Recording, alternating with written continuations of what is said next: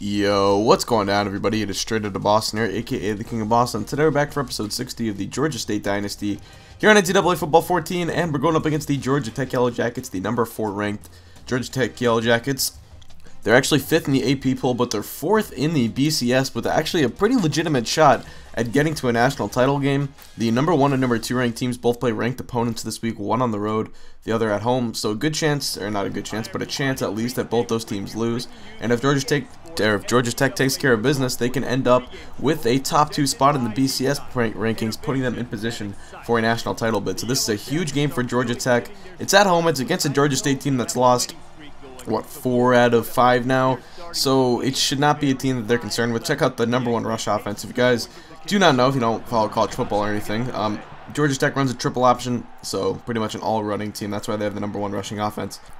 So we get this game started. Avery Sweeting returning it for the Georgia State Panthers.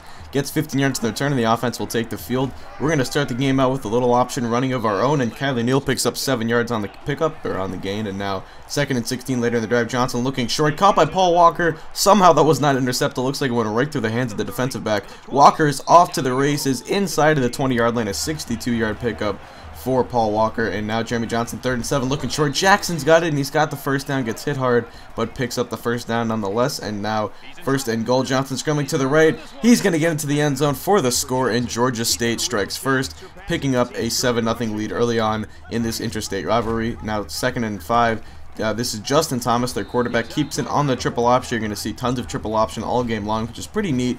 I can't say I really enjoyed playing against them because it is actually kind of tricky to defend at times. But still, it's neat to see kind of different things like this in video sometimes. But either way, 3rd and 14, it's going to be an 11-yard pickup from Michael Summers. They're going to go for it on 4th and 3, kind of in that no man's land in between a field goal and a punt type of area. So they get the first down. Now 1st and 10, Justin Thomas keeps it once again, picks up 8 yards, and they are driving man in motion. It's a fake pitch. Thomas drops back, looks short, finds his fullback out of the backfield. A terrible missed tackle right there on my part. Luckily, that looks like Miles Morris or whoever is over there to make the tackle. Now Justin Thomas fires one from Michael Summers. It's a 6-yard touchdown, almost picked off by Ladarian Young, but Thomas fits it in there, and Georgia Tech is an extra point away from tying the game. Summers makes a couple nice catches. Georgia Tech, despite being an historical triple option, well, not historical, but they've been a triple option team for a while now, I believe. They've still produced guys like Demarius Thomas and Calvin Johnson, so anyway, 2nd and 8, Johnson looking over the middle hole, find his check down man, Kyler Neal. I love looking to the check down right there. Neal almost is always open when he delays his route like that. Now Johnson scrambles to the right, finds Justin Wagner throwing on the run, picks up 9 yards. Now 2nd and 1, next play, quarterback keeper on the read option, and Johnson will slide down for a first down. So the drive continues, under 4 minutes to play now in the 2nd quarter. A pretty quickly paced game so far. A lot of running, a lot of clock winding down, so that's why you're seeing not a lot of scoring and a lot of time winding down pretty quickly. Kyler Neal, though, gets into the end zone for the 10-yard touchdown run, and the Panthers take a 14-7 lead, retake the lead once again. Neal, as always, celebrates in the end zone with his team, Jeremy Johnson. I don't know what he's doing right there, grabbing his face mask or something, but 1st and 10 for the Yellow Jackets. He gives it to his fullback, Travis Custis, for a 7-yard pickup, and now man in motion. It'll be an option for Justin Thomas, who's going to break one, and no one in front of him, across the 25-20, 15-10, 5 touchdown, and Georgia Tech evens the score once again on a huge touchdown run by quarterback Justin Thomas, who is looking quite comfortable in this triple option system, running all over the place, running all over this Georgia State defense. So now under 2 minutes to play, time for a little 2-minute drill action for this Georgia State offense. Tyshawn Clemens picks up 7 yards on a little flat route right there, and now you can see the design screen is well covered. No chance of picking up the 3 yards we need on 3rd and 3, so Johnson's going to look elsewhere, fires it over the middle for Rufus Warren, who hangs on and picks up 8. Now shotgun, or pistol set, I should say.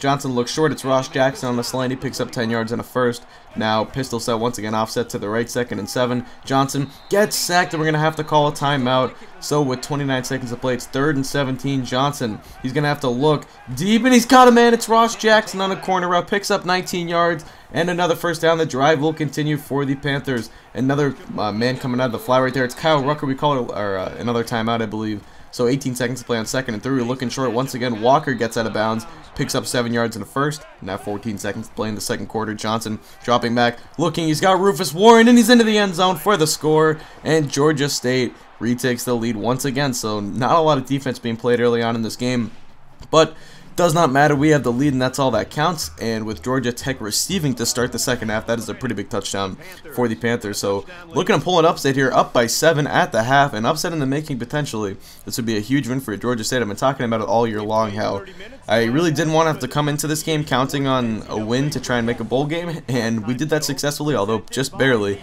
But either way, we still need to win this game to clinch a bowl spot, so still kind of a big game, and also interstate bragging rights and all that stuff, and obviously it'd be huge to pull off a top 5 upset. There's a big sack, and we finally force a punt away. Good sack right there from Strickland, taking down Justin Thomas, so we get the ball back. 2nd and 8, 6:15 to play in the third. Looking short, it's Justin Wagner there who picks up 6, now 3rd and 2. We would not be able to convert, so 4th and 2, we're going for it, and look at all the open field for Jeremy Johnson across the 30, 25, 20, inside of the 20, inside of the 15, finally shoved out of bounds. A huge pickup for the junior quarterback, formerly from Auburn, and now Jeremy Johnson dropping back over the middle. Justin Wagner is there, and he's got a 12-yard touchdown.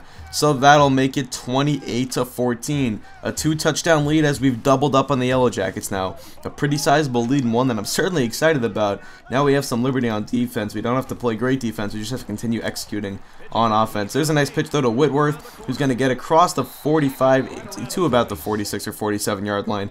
A 20-yard pickup. Now 3rd and 5. Justin Thomas across the 50 already. He's going to step up and scramble. Slides down short of the first down marker, but it's 4th and 1. They'll go for it. Hand off to Custis up the middle. The fullback picks up the first down, and a lot more breaking tackles all over the place inside of the 30.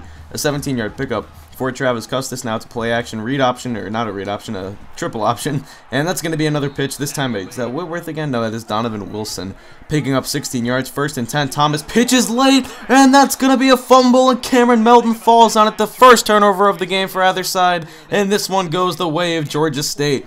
So we get the ball back. Chance to make it a 3-touchdown game here if the offense keeps clicking. Hand off to Kyler Neal, picks up 15 yards. Now shotgun set. Johnson dropping back, looking curl route. It's going to be Ross Jackson picking up a first down, 14 yards. The offense cannot be stopped at this point. Johnson will keep it on the quarterback read option, and he picks up a first down inside of the 30 once again to the 13-yard line.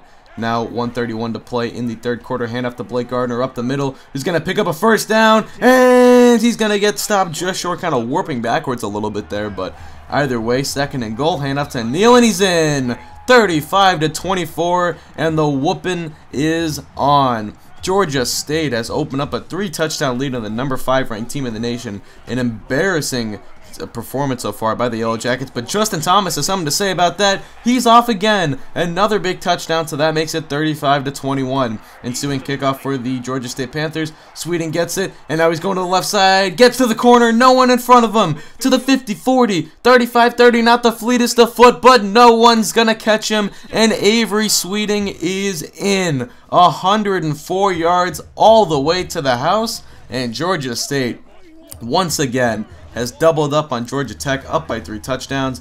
Georgia Tech needs a miracle at this point. They got to get going on offense. They're going to look to their passing game now, something they don't do very often. Pick up a big gain there. Now 3rd and 9. Thomas looking similar area. This time it's McCutcheon who makes the grab. He's going to end up evading a tackle. I had some pretty terrible user tackling in this game, so that's going to be a 53-yard touchdown for John McCutcheon. That cuts the lead back down to 14. A couple defensive stops, and Georgia Tech could get back in this game. The way their offense can move, the way we've seen it move so far today, they can score in a hurry. So they got to get some stops on defense. They'll hand off to Kyler Neal. That is something they have not done all day. Neal has run all over them. Another 14-yard pickup. Now 1st and 10. Going back to the run game once again. Something that I knew I wanted to do heading into this game. Something that I'd kind of gotten away from in recent weeks, especially when we get down early and we feel that we kind of have to go to the passing game to try and make comebacks or whatever.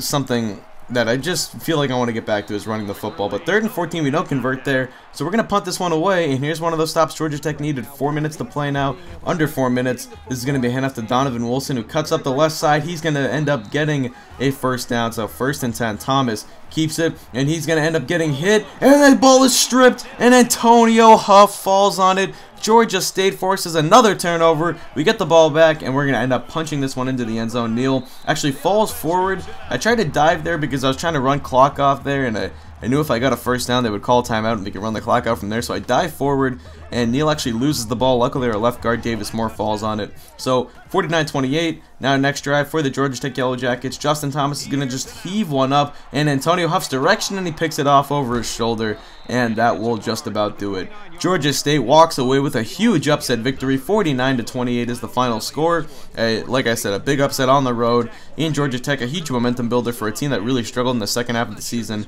Just an overall great win for the team. So that's going to do it. Thanks for watching, guys. Hope you did enjoy. So I'm out. Peace.